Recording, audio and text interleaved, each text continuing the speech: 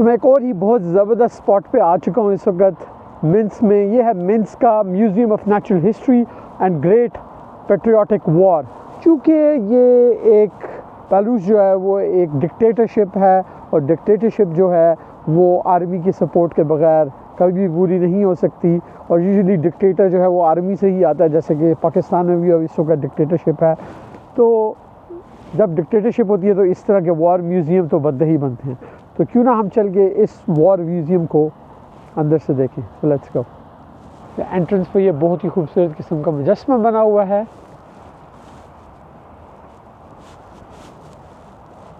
और वहाँ देखें सामने जो है कम्युनिस्ट झंडा भी लहरा रहा है। यहाँ पे काफ़ी ऊंचा टावर है।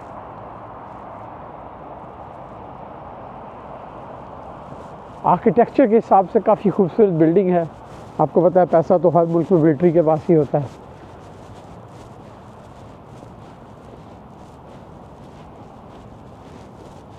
काफ़ी खूबसूरत कंस्ट्रक्शन की हुई है इस म्यूज़ियम की, जो कि मेनली हिस्ट्री और वॉर के मुतालिक।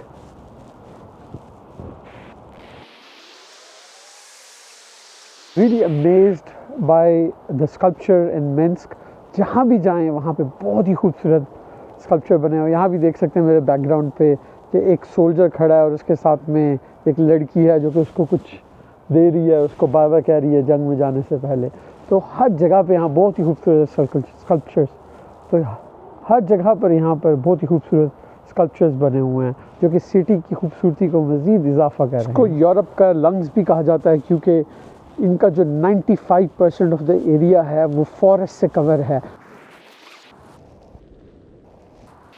जैसे कि मैंने आपको पहले बताया था कि यहाँ के जो लोग हैं वो बड़े पढ़े लिखे हैं, इनका लिटरेसी रेट काफ़ी ज़्यादा है। ये गेमिंग में बहुत आगे हैं। अगर आपको एक गेम पता हो जो कि है वॉर ऑफ टैंक्स, जो कि बहुत ही मशहूर गेम है, वो भी बेलारूस में ही बनाई गई थी। इन सब म्यूज़ियम की मैं एंटर हो चुका हूँ और टिकट मैंने ख़रीद लिया। ये देखिए, ये मेरी टिकट है। ये टिकट काउंटर यहाँ पे बना हुआ है। टिकट आई है पाकिस्तानी 1500 रुपये।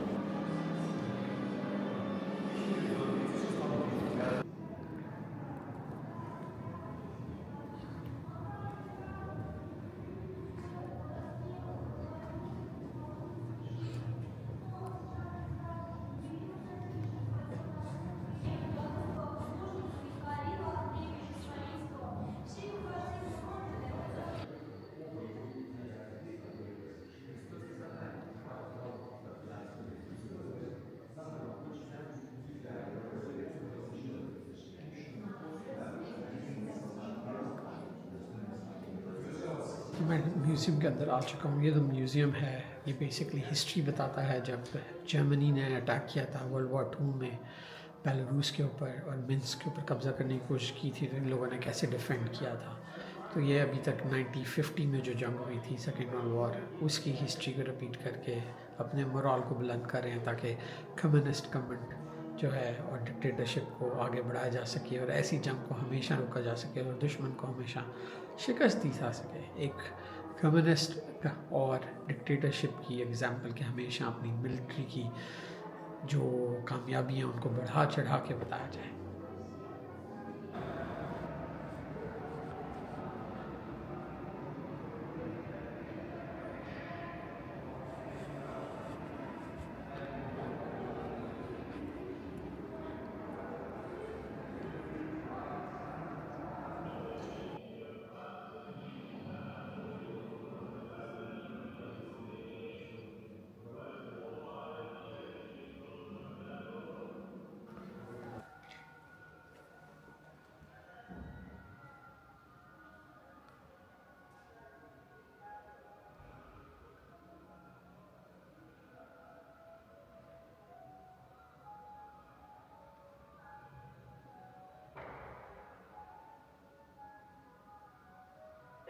जी, तो मैं म्यूज़ियम का टूर ख़त्म करके आ चुका हूँ। मैं कहूँगा कि 1400 रुपये हमने वेस्ट ही किए इस म्यूज़ियम को विज़िट करके।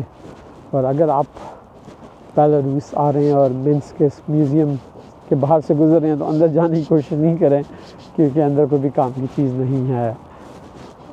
आई थिंक इनकी जो आखिरी जंग हुई होगी, जो कि अभी यूक्रेन से हो रही है रशिया की, जिसमें ये भी शामिल हैं, लेकिन उससे पहले अगर कोई आखिरी जंग हुई होगी तो शायद वो जब सोवियत यूनियन टूट रहा था 90 की दिहाई में, उस वक्त हुई होगी, या उससे पहले जो वर्ल्ड वॉर 2 थी वो ही हो।